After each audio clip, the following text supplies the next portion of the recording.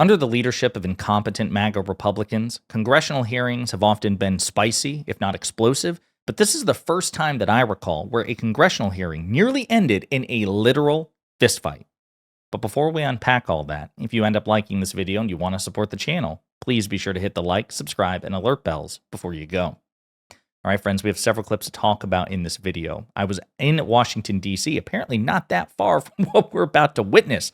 And I almost felt the sparks fly, and I had no idea what was going on. Why do I feel this tension? Well, it was billowing from the halls of Congress, where a literal fistfight nearly occurred between Republican Congresswoman Nancy Mace, who is just the worst, and Democratic Congresswoman Jasmine Crockett of Texas, who is one of the best. We're going to play the clip and unpack it together. Somebody's campaign coffers really are struggling right now. So she gonna keep saying trans, trans, trans so that people will feel threatened. And child, listen, I want y'all to tell me whether or Do not not call me a child. I am no child. I want Don't to even find start. out I am a grown which woman. of those I am 47 years emails old. I have broken actually more have glass ceilings than you Chairman, ever I will. am reclaiming my Let's go. time. You will not do that. I Order. am not a child. Chairman, I am am not a reclaiming child. my time. If you want to take it outside, Mr. Chairman, the committee is not Okay. in order. All right. Order. Point of order. Ooh, damn. So listen, full disclosure, we used to do videos about Nancy Mace because Nancy Mace is, I used to find her extremely frustrating.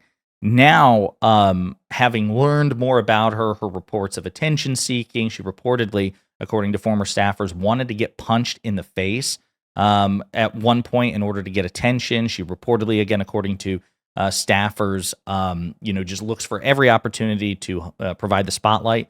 Not that Pondering Politics is the biggest spotlight in the world, but ever since that was made abundantly clear, I've just covered her less. But I love Jasmine Crockett, so we are going to talk about this.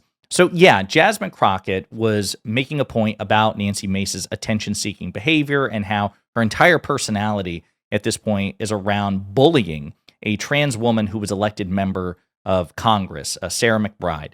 This is basically everything that Nancy Mace has been focused on for the past several months. Like every post, every comment, it's just about, we need to keep Sarah McBride out of the women's restrooms in Congress. And Congress passed under Mike Johnson's leadership a rule forbidding Sarah McBride from using the public women's restroom in the Capitol. She said she wasn't going to use it in the first place because she has her own restroom, I believe, in her office. A non-issue, but it has been the totality of Nancy Mace's personality. And so Jasmine Crockett was making a point to listen, she's doing this for attention and to raise funds. And she used the word child, not child, it's a term of endearment. Kind of like calling somebody bro. Brian Tyler Cohen actually made this point in a subsequent conversation with Jasmine Crockett, and we're going to play a clip of that. And it caused Nancy Mace to flip out. Now, did it actually trigger Nancy Mace, or was this just a performative stunt? Who the hell knows? Okay, but it resulted in this spectacle, right? Which again is what Nancy Mace really wants. What's also interesting, though, is the reaction from James Comer. James Comer, the Grand Inquisitor of the Biden impeachment investigations into the Biden crime family. Yeah, that guy. Watching him react to this, because again, as the chairman of the Oversight Committee, he's supposed to govern the committee and rule against rule breakers and threats of violence. I want you to see how he reacted to this because it's just remarkable. What the gentlelady said was, "We can take this outside if you want." And Okay, so that could mean you could go outside and have a cup of coffee or perhaps a beer, or we have seriously, lots of conversations outside. So I'm going to rule that it was just that it's okay. that it's okay. All right, and then point of inquiry. And remember, this is a slippery slope you're going down, because we have Oh, you're disagreements going in down this the committee, slippery as you slope. know. So just to be clear, in this committee, we can ask, we can threaten violence on someone as long as no, at the that's end- not- excuse me. I did not threaten violence. Excuse me. I threatened no Excuse me. violence. There was I no threatened no violence. violence. There was no violence. As long no as violence. at the Don't end. create a I false threatened ask no a question violence. that No, goes over none. another You're person. making shit up as It's you good go to know. along. You Good might to want know. to figure this one out. Order. There was Mr. no I thought you were Chairman. cursing today. No violence.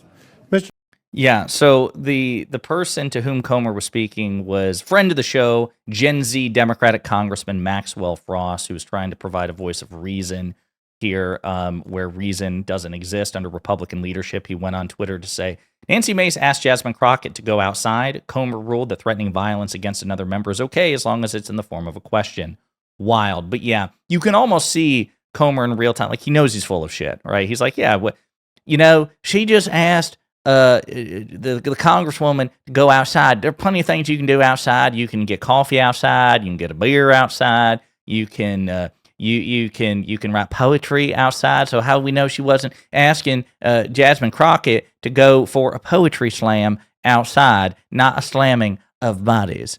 I mean, this is just listen. James Comer is stupid, but he's also like just flexing his power here because there's no real like recourse. What are you going to do?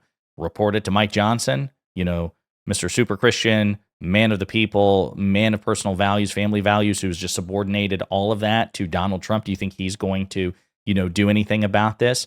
He's just flexing his power on this, which, by the way, just FYI, is another reason why I believe that when Democrats take back the gavel, I'm not saying that we match in literally every instance this sort of pettiness. We shouldn't threaten violence against Republican members of Congress, but we should flex power in petty ways just to illustrate the point and just to give them a taste of their own medicine. So if and when, God willing, we elect a Democratic majority in 2026, let's encourage them to give these Republicans a taste of their own medicine. I want to play another clip of Jasmine Crockett here, and then we're going to play a clip of her recent interview with Brian Tyler Cohen, another friend of the show, major progressive YouTuber. You should definitely check out his channel if you're one of like the 5 people on earth who haven't checked it out and liked and subscribed. But this is also Jasmine Crockett from the same hearing. Let me tell you something. Y'all need to find some people that actually care about their constituents. And honestly, whenever y'all are ready to work, we on this side of the aisle have always been ready to do what is right by the American people. Instead, what you can continue to do is go after the most vulnerable in our country. The fact that you just sat up there and somehow figured out how to tie trans folk to your argument makes no sense to me. But let me tell you something. Trans people ain't going nowhere.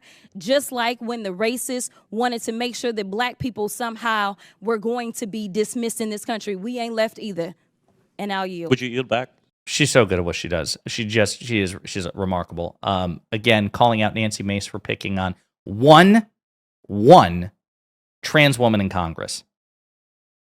Even if you are a bigot, like, why on earth would you waste your time, effort, and energy on this particular issue? Well, unfortunately, it's because that sort of bigotry and anti-trans sentiment proliferates in the MAGA movement, and it is financially and politically rewarded, even though it's a niche culture war issue. Just bullying this person who was elected to Congress, who has just acted with superhuman grace, a level of grace which in some ways I think frustrates people because she shouldn't have to be so poised in response. I'm referring to Sarah McBride over Nancy Mace's comments, but she probably recognizes that she has no margin for error in the eyes of the American people.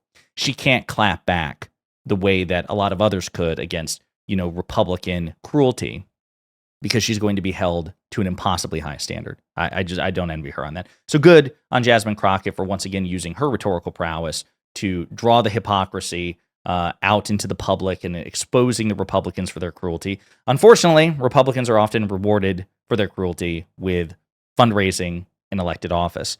So now let's play the clip of Brian Tyler Cohen talking to Jasmine Crockett in the aftermath. And Brian actually makes a really damn good point I hadn't considered about Nancy Mace wanting to throw down. Exactly. And so, first of all, just a quick note. I think there is some irony in the fact that she tried to pick a fight when her last bit of manufactured outrage just the previous week was her pretending that she needed her arm in a sling because a handshake injured her. So for that person to go around picking fights is probably a little misguided. Correct. But the second thing that I wanted to bring up is, isn't it bizarre for her to go out on a limb and pretend that she is some champion for women's rights when her whole identity is really predicated on her allegiance to Donald Trump, who has more than 24 sexual assault allegations leveled against him, when he was just found guilty and convicted of 34 felony counts for charges related to a hush money payout for an affair he had while his wife was at home with their infant son.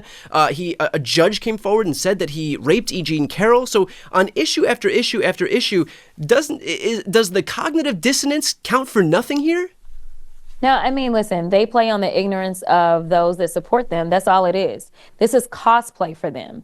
You know, when Democrats run for office, we really believe in actual policies. We believe in government. We believe in governance. They don't. Everything that they do is about tearing us apart, whether it's about tearing the very government that they have sworn that they are going to protect and participate in and serve. They are trying to tear away our foundation, which is the Constitution. I mean, they don't believe the things that they say. Think about the fact that they're like, oh, we're going to kick all the immigrants out. And now they're outraged because they're like, wait a minute. Elon said he want to bring more immigrants in. Right. And they're like, yeah, it's good for business. This is what we're trying to do because y'all aren't, and when I say y'all, I'm talking about MAGA, y'all aren't intelligent enough to do the jobs that we need done, as you are all saying, yeah, get rid of the Department of Education. And you're the very ones that need it. So yes, everything is about cosplay. So no, she is not a champion for women. She is someone that likes to say it, but when it comes down to walking the walk, she's not doing it. That is why I wanted to emphasize that the data and the science is on our side. It is. It just is. And again, the whole conversation between her and Brian is really good. It's a 15-minute video. You should definitely check it out if you haven't yet, see it in its totality. But this is why I love Jasmine Crockett, because the bench in the Democratic Party on the congressional side is actually pretty deep. You've got Crockett, you've got AOC, you've got Frost, you've got Moskowitz, you've got Goldman. It's a pretty impressive bench. And they each provide their own rhetorical flavor. You have multiple arrows in the quiver. And the thing I like about Crockett is she's a ball buster. Like, she's brutal when she wants to be, and she doesn't give a shit. And I'm not saying every Democrat needs to be like that, but we need to have some very powerful voices who have that ability and that unflinching attitude to take the fight to MAGA. And that's why I think we should continue to elevate her. So good for her. And in the meantime, let me know what you think in the comments.